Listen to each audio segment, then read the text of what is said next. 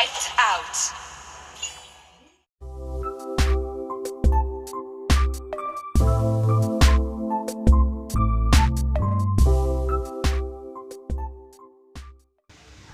Hi guys, it's new season and everyone wants to rank up fast.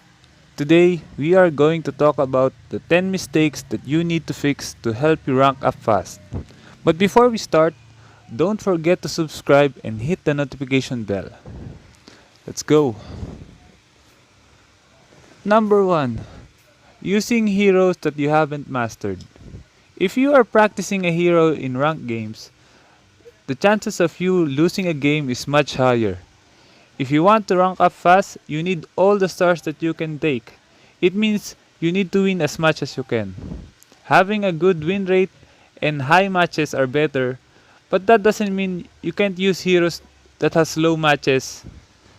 It's better to use heroes with at least 80% win rate with at least 20 or more games. That means you can already play that hero well. Number 2, not adjusting roles. Sometimes you need to adjust your role if there are better players than you in that position. Example, if you want to use a marksman with 50 games and 60% win rate, then your teammate wants to use a marksman too with 300 games and 65% win rate, it's better to give them that role. I would also suggest that you always show the hero first that you wanted to use so that your teammates can adjust too. Number 3, negative attitude even if the game hasn't started yet. Don't be a player who will curse a teammate just because you don't have a tank or you have 2 marksmen. That doesn't mean that you lose the game already. It means that you just need to play better to win. Cursing your teammates will just make your own game bad. Just focus on what you can do in order to win this game. Number 4. Focusing so much on kills. Yes, it's good to kill your enemies, but focusing so much on kills and not taking objective will still lose a game. What you wanted to do after killing an enemy is to take an objective, like pushing a turret or killing the turtle or lord. You can also take the enemy jungle buff to prevent them from taking it. Number 5. Always dying. Dying too much means giving gold to your enemies, so you must prevent this as much as possible. If you can be killed by your enemies in lane, it's better to wait for the minions near your turret, because minions will still come to your turret.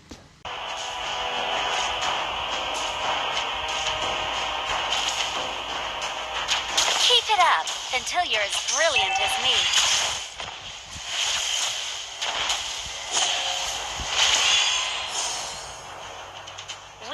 Number 6.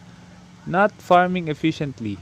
After killing a creep wave, you should farm jungle creeps or rotate on other lanes depending on the situation. Also, you should last hit the minion to receive more gold. Don't stay on your lane doing nothing. Number 7. Not buying the right items. You must know what items you need to buy in order to counter your enemies. Example, if your enemies have high regen skills like Uranus, Alice, Ruby, etc., you would want to buy Necklace of Durance for mage or Sea Halberd for physical attacks. Also, having magic defense or armor for marksman to counter assassins who can burst easily, like Athena's shield against mage assassin or Twilight armor for physical burst, will be a huge help. These are just a few examples of counter items.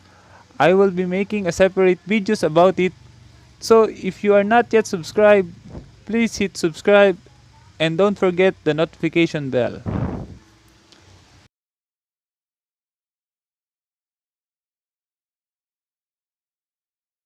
Number 8. No map awareness. Knowing where your enemy just by looking at the minimap is a huge game changer. Example, if you see 3 heroes on top, you know it's safe to push bot. If you saw them defending one lane, you can take objectives like turtle or buffs.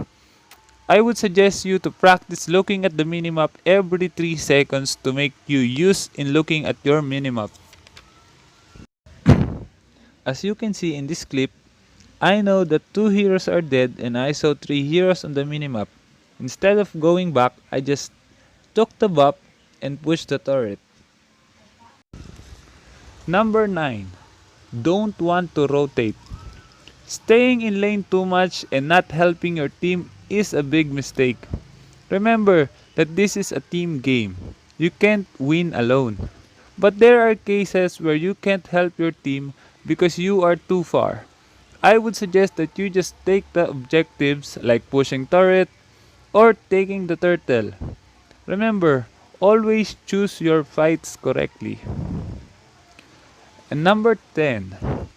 Blaming your teammates in-game.